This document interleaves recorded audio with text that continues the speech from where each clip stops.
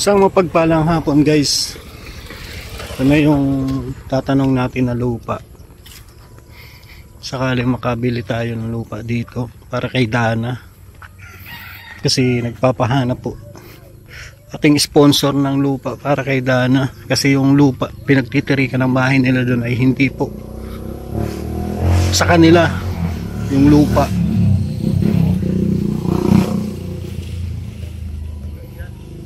Kalsada po. Yan, pagaba yan. Kaya naihagop ni Duan Dangaw. Sinabi ko rin kay Wapo. Hagop yan Duan Dangaw. Duwang Dangaw hagop pa yan. Kaya lang. Makukonsiderasyon yan kung sakali. Hindi masimula, hindi pasiring duman. Dai, malalamangan. May pwede yan. Pagaba yan. May pwede yan. Pero bako yung kalsada. Bako yan. Kaya na kalsada. Duman, sa may kayutong. Uto duman ang kalsada. Iningo ko na, ngunya na kung pakudo lang ko na talaga yan. Sa iyo po ito, tay? Hindi. Magkano po benta mo? Hindi pa man, kami nagawa. 50, pwede na yan. Itong sabi mong 60, 50. Pwede na. Pwede na. Alin po ang lupa mo dito? Kasi Tabing ka. Kawang-gawa man yan. Duwang lote? Yung isa lang? Ay di, maputol duman. Yun sa may kalsada? Yun na ini, diretsuhan. Malawak pala. Oo, hanggang dyan, hanggang. Pero kung kabanga lang. Ay, di mapwede. Di pa nasa likod. Dahil, depende man yun kung may kalsada man. Ay, ini nga, abok man. Ha? Abok man. At kung magkano to lahat? Ha? Di 120. Ay dahil, yung presyo mong 60, babawasan tar kawang gawa man ito. Ay di gawin tang 50, di 100 itong dalawa ng ito. 100. Kasi ang fresh, ang ano ko lang talaga, budget ko sa lupa is 50 lang. Oo, ay di bilhin ni Rab yung isa para dun sa kwan, 50. O di ba? Ay, maging isang lote, naghahanap din siya ng lote. Ang kaulangan ko lang talaga si papel. Dapat at yan, hanap ko pa ginawa ko kasi ang kaulangan talaga mo si sa aga, papel. baka sa aga, daro ko sa inyo. Ay, kaulangan mo na yan. Kaulangan mo. Ay, pwede na po natin ano to, kung sukatin natin ng hanggang doon ba siya sa may kalsada po? Dahil, lang. 10 by 10 ba kayo na Oo. Paano yung kabilang kalsada, di nakasama yan? Ano na yun? Sa Subiarno na yun, ano?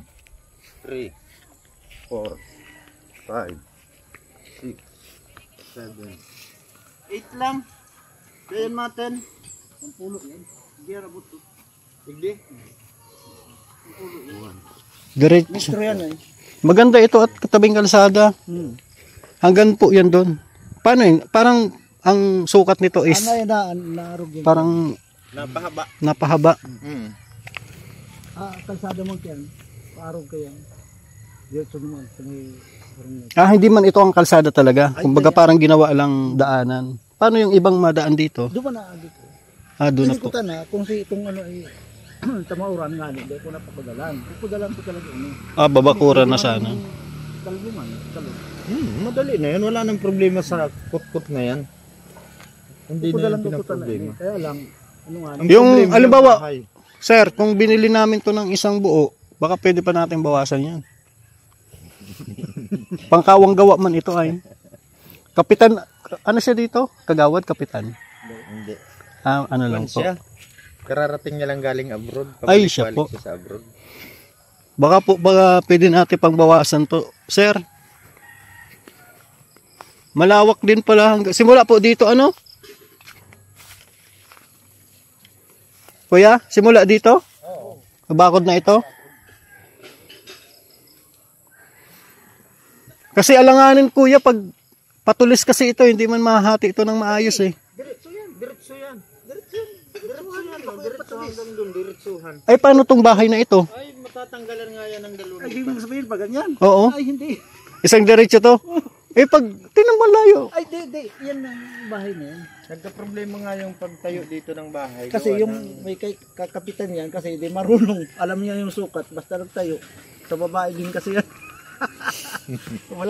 Walang kaalam. Puro babae yan. So ito, nakakuha siya ng isang Dalawang dangkal. dalawang dangkal. Ay okay pala, pwede palang hatiin ito. Oo. Kaso nga lang, wala, ito may-ari, iba naman ay may-ari nito. Iba na yan. Dito wala. Ito wala din ito. Kung anong ni. Ay pwede na po. Hindi naman sasakupin lahat ito ng ano eh. Kasi kung dalawang pamilya po baga ang tatayuan. Oo. Ay pwede.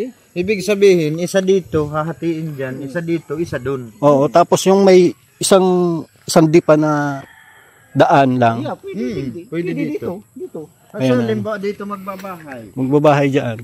Mula dito, kahit isagad pa natin. Mula dito. Pagkatapos. Tapos hanggang dito. Digdig ako dyan. Hindi nga, ang ibig kong sabihin yung bahay. Oh, malaki pa yung daanan, no? Malaki Kahit pa. hindi yan gibain, Oo. Ay kupal. Malaki Talaga pa yung yung pag daan. pinagagaba ko talaga yan. pinagagaba mo Yo. talaga. May rason ako eh. Bakit ka nagtindog kang harong? Dahil ka nagsukol. Dahil pwede. Pagaba ko talaga. May niyog na pati oh. Ay, dadalawa lang yan na puno. Yung dalawang yun, barangay na yun. Yung dalawa. Oo, barangay na yun. So ito Yung lang. dalawang ito. Oh, pag pang scaffolding pwede na yan. Oo. Purma. Pang kurma. Sige sir, ano ang usapan natin? Pag 100 baka pwede pa natin bawasan yun. Tatanong ko muna sa kasi mahirap akong mag sabagay akin yan. Mahirap yung mag-desisyon ng Pabigla-bigla. Opo. Okay naman po, naintindihan ko naman po. At 100k dalawang lote. Ano po laki nito? Gis for gis. 10 by 10, 100 square meter. Pwede na ano? Malaki na po ito. 100 square meter. Kung 8 by 8 lang, nakula na. Lakula ito. Tapos simula naman ito dito. Saan ang simula po? Dito na naman ito. Papunta dyan. So ito, kalsada na ito eh.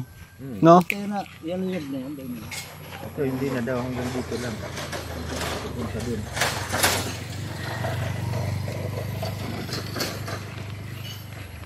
Ayan guys, kompleto naman ang papel nito. hinahanap ko pa yung papel. Ayan guys, ito yung lupa na ano natin.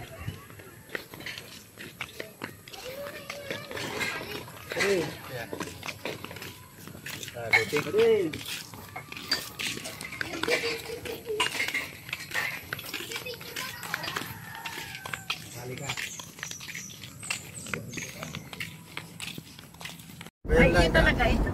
Ha? Yun talaga. Nakakuha nga na dahil si Augusto sa iyan yung duwang dangaw. Kaya pinapagod nga na ito. Duwang dangaw na anak sa gusti ko lang. Sa loob niya duwang dangaw. Kaya pa natin hininto. Pero talagang ano, may papel daw yun. Nahanap niya nga na si Papit. Naharongkat niya na.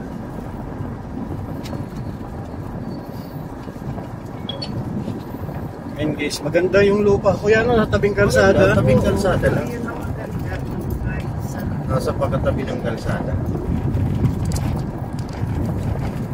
Saka yung may-ari ng bahay na yun, kapatid nito ni Abid. Kapitan. Naging kapitan dito.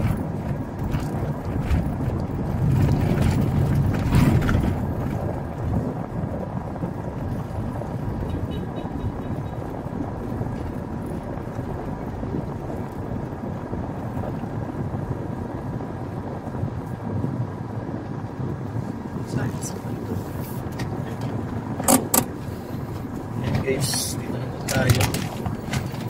Nagtanong tayo ng lupa. Nagtanong tayo ng lupa. Kung nilagaan na kasi makahanap po yung sponsors namin na lupa kahit 50 square meter.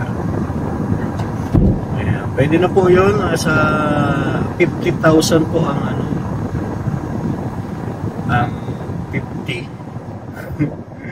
Kaso nga lang yun nga, 100 square meter, 100,000, pero pwede pa naman bawasan. No? At baka makuha natin ng 90. Sana po nga pumayag kasi 60 ang presyo nun sa 50. So pag kinuha namin ng lahat, pwede nang gawing 90, no? 90 kasi natawaran na natin dun sa 60. Tawaran pa natin ng gawin natin siguro mga 90,000 kasi pangit po pag kalahati lang. Pero pwede naman, tayag naman sila ng kalahati, kaso nga lang paano daw yung nasa likod. Kaya siguro doon na lang pupunta tayo magbuka.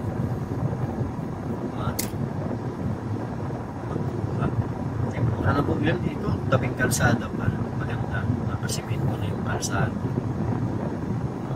Ano sila, magtinda ay nasa tabing kalsada at medyo marami din tao sa lugar na yun. Buhay po ang negosyo pag nandun ka sa medyo malapit lang dito din sa bahay nila Dana. Yung bahay po kasi nila dito, yung lupa po kasi ay hindi sa kanila at mahirap na magtayo tayo ng bahay na hindi naman sa kanila yung lupa. Baka lang marimata or bawiin na sa kanila. Ayan, salamat guys, salamat po sa mga sponsors natin sa EDC Community, Sir Leo D, Ma'am Annalyn Wilson, Sir Nito G Group, maraming salamat. Sana mabili natin yung lupa, pero nagpatanong na po kasi sila na sana mapatayuan.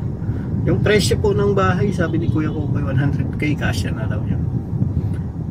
Kung ano yung matayo ng 100k, yun na po yun. At gagawan lang din kasi yung mga gamit dito, kahoy, halimbawa mga kahoy, pwede naman pong magpaano na lang, magpaputol at malapit lang po naman ito sa mga kahit sila maghakot ng mga buhangin.